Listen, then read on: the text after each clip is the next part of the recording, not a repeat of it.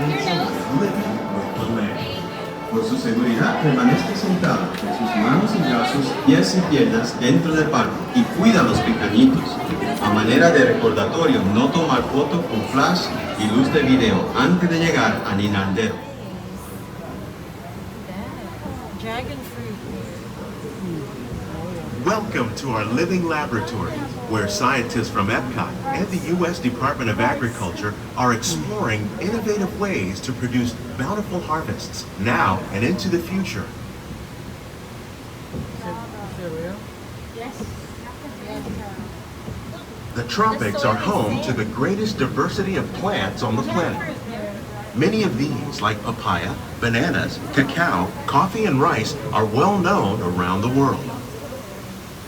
These are just a few of the edible plants that have been an important source of nutrition for people living in the tropics. Many are rich in vitamins and minerals, while others are well adapted to growing in less than ideal conditions.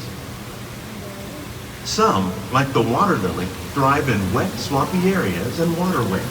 All parts of this plant, even the flower petals, are edible.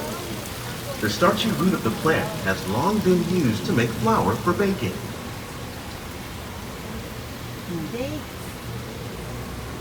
One day, many of these lesser-known tropical plants may be as important as the bananas growing on both sides of the boat. Peanut butter tree. More than 28 million tons of bananas are eaten annually, making it the most popular fruit in the world. Fluted pumpkin. Look at the pumpkin. Pepper leaves. Miracle fruit. Banana.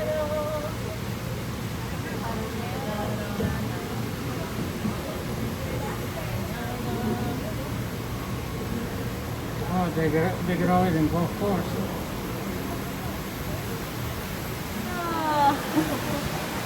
Tilapia.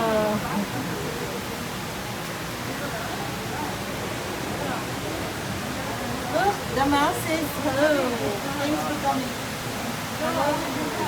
When we mention farming, you probably don't think of fish, but fish farming, or aquaculture, accounts for nearly half of all the seafood consumed globally.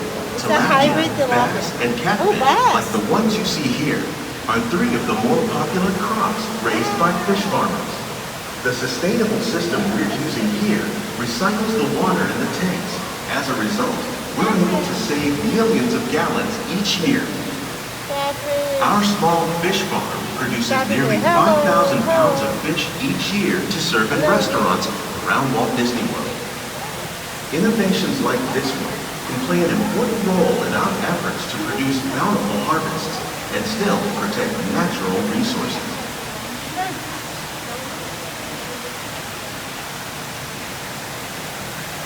Freshwater shrimp. That's big. That's a prawn. Oh.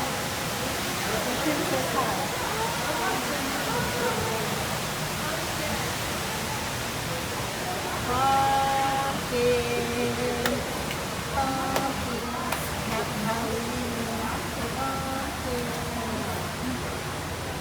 Corn. Haley, look at the corn.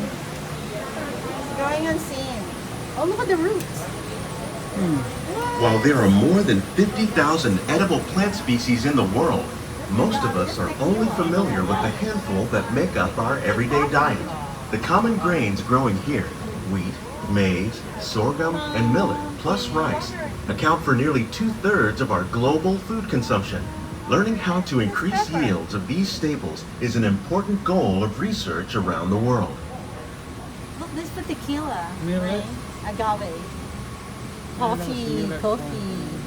I'm not sure what the millet is. Passion fruit.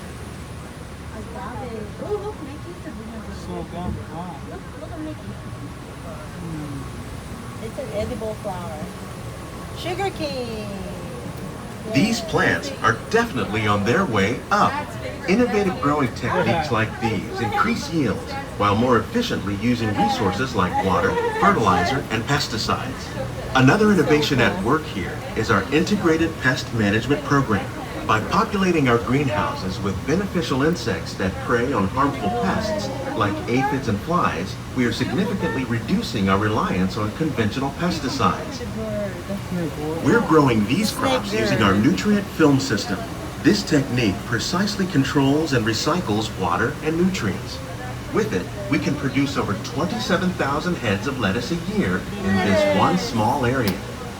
Yummy. Lettuce.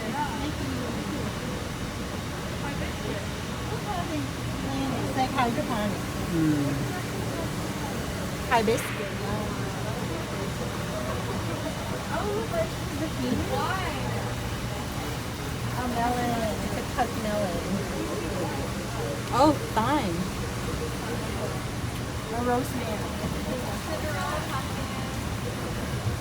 Some of our best ideas have been inspired by nature, like these fruit and vegetable trees. By growing these ground plants vertically, we can increase yields and better control diseases. These crops taste as good as they look. In fact, we serve more than 15 tons of produce from our greenhouses in restaurants here at the land every year.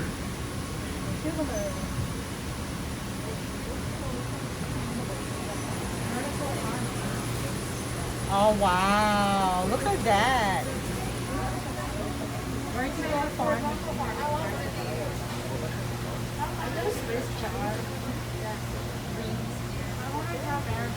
No. Look, the fishes are saying hello. Say hello. The hello. future of agriculture may include innovative ideas like this vertical growing system. Plants grown in this way use a fraction of the space required by traditional growing methods. That saves water and increases production. The aqua system on your left combines hydroponics with aquaculture. The fish provide a natural source of fertilizer for the plants, and the plants help keep the water clean for the fish. It's another great way to produce more while using less. In our lab, Epcot scientists are working with the U.S. Department of Agriculture on a number of innovative projects. The goal of these efforts is to produce higher yielding and better quality plants.